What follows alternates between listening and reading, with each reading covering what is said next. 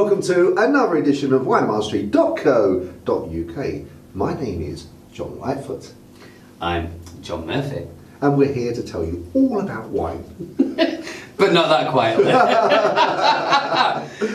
We'll beef it up a bit. So, if you've seen part 1, part 2, part 3 of this episode, you'll know the wines we've gone through. But what we thought we might do is just tell you a little bit about if you liked any of those wines, or what other wines you would like, or indeed, if you like, for example, a Sancerre, which of these wines you might like to progress to. So, if we kick off with part 1. Yeah, I mean, looking at part 1, we had the Viognier, which in itself was quite unusual because we did choose the Chilean Viognier. But Viognier is quite a nice rounded flavour, and as I say, quite floral as well.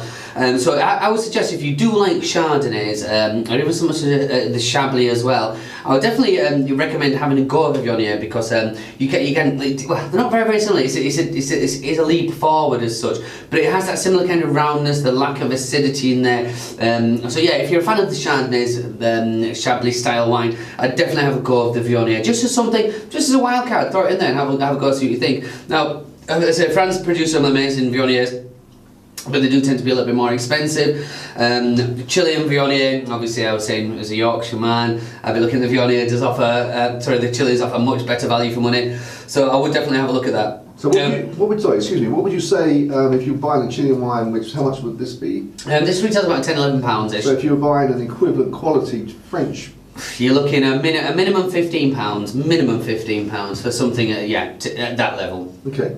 So I can see why you'd want to buy a Chilean. Lad. So that's the Viognier, which was part 1.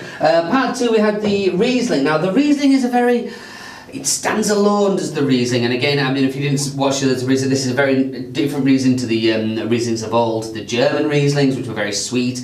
But times have changed. Not a lot of people go for the sweet wines anymore. So this Riesling was very, very different. I mean, and John correctly identified the smell of petrol in there, which sounds, you think, ooh, petrol, but it goes very, very well. It's not all in the flavour. There's a hint of that, but there's so much more going on in there.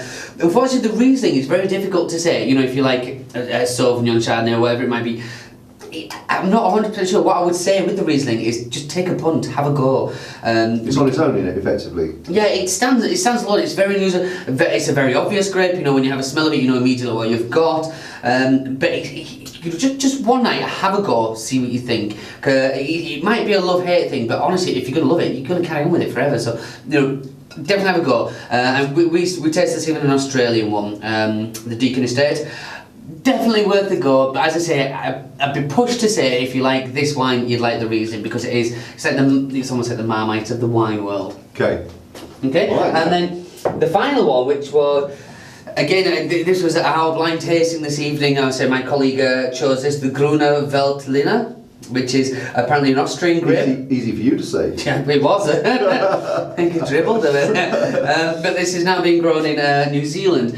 And this, I mean, after trying it, because obviously we were blind with it, I'm actually, first of all, very impressed with it. And I would probably say if you were liking the Sauvignons, maybe the heavier Sauvignons, or some of the Sancerre, I would then lean you towards this, because I think this is a nice jump from there, and terrifically interesting. I'm going to be drinking this for the rest of the evening just to get to know it a little bit better. But it has been a little eye opener for me as this one.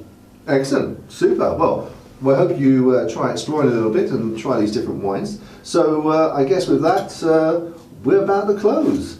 Indeed. Yes, indeed. So we'll see you in the next one. Don't forget to keep those comments coming in. Any suggestions or questions you may have for John, I can't answer them. It has to be John, if they're wine related, that is. It has to be John. So keep them coming in. Any suggestions, anything you'd like us, the direction you'd like the videos to go, please let us know. Until then, we'll see you in the next episode. We will. Chin chin. Chin chin.